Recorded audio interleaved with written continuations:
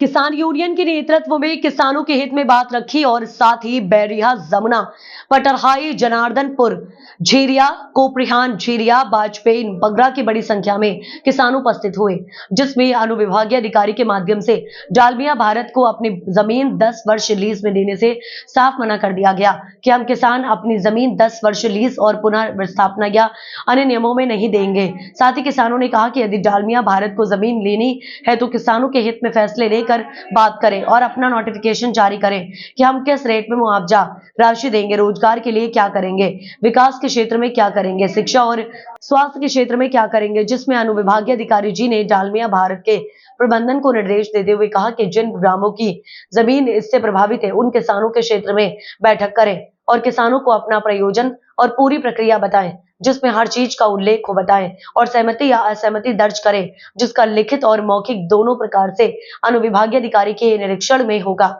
जिसकी वीडियोग्राफी भी कराई जाए, जिसको बाद में सब दूर संचार में प्रकाशित करें, इलेक्ट्रॉनिक मीडिया समाचार पत्र द्वारा जानकारी भी दी जाए और हम ग्राम को बैठक के सब पहले सभी विज्ञापन और ग्राम पटवारी, ग्राम पंचायत सरपंच सचिव के माध्यम से और सूचना पटल के माध्यम से 10 दिन पहले जानकारी दे ताकि सभी किसान उपलब्ध रहे।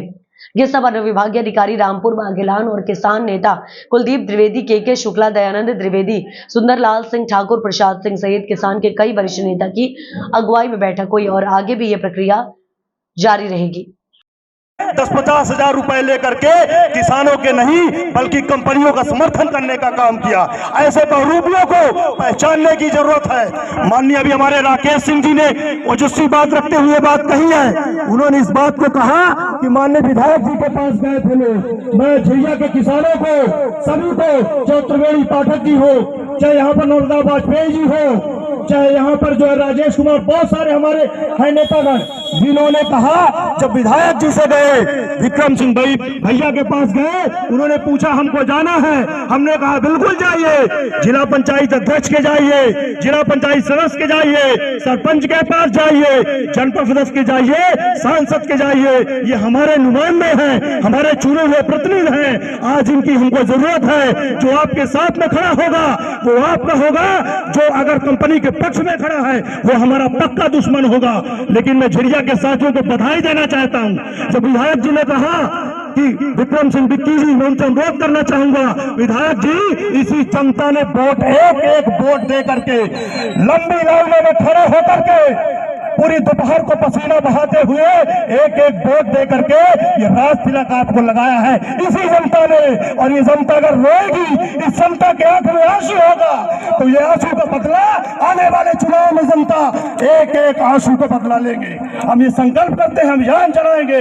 जब विधायक जी ने कहा किसान के लिए बहुत अच्छा है, ये तो किसान के हित में है बिल, तो फिर हमारे झिरिया के किसानों ने कहा प्रथम नागरिक हैं आप रामपुर तहसील के माननीय विक्रम सिंह विधायक जी, ये लाभ अगर है तो प्रथम लाभ आप ले लीजिए। आप तो यहाँ के बड़े किसान हैं, विक्रम सिंह बिक्की भैया, आप लोग जो है यहाँ पर, मैं उनसे अनुरोध करना चाहता हूँ। धन्यवाद। समय को ध्यान में रखते हुए तो इसलिए मैं ये जनता की मांग, तो इसलिए उन्होंने जब कहा तो किसानों ने कहा ये लाभ आप ले लीजिए। आपके पास तो बहुत सारी जमीन है, यहाँ के पवाईदार हैं, 40-50 एकड़ जमीन है। अगर ये भी झिरिया के लोगों ने प्रस्ताव दिया कि आपकी जमीन नहीं है झिरिया में, तो पालक में ले लिए, हम झिरिया के किसान 2 गुना देने को तैयार हैं, आप ले लीजिए। विधायक की जमीन अगर खोदेगा यहाँ पर डालमिया तो किसान कम से कम सुरक्षित रहेंगे। इसलिए मैं कहना चाहता हूँ कि सबके साथ जाइए, सबको इस लड़ाई में बुलाइए। और हमारे लिए ये तय नहीं होता कि झंडा किस कलर का है, हमारे ये तय है कि हमारे किसान की लड़ाई को हम लड़ेंगे, क्रमबद्ध तरीके से लड़ेंगे, ईंट से ईंट बजाने का काम करेंगे। राहत इंदौरी साहब के उन 4 लाइनों के साथ मैं अपनी बात को समाप्त करना चाहूंगा कि जो आज साहिने मसनद है, जो आज साहिने मसनद है।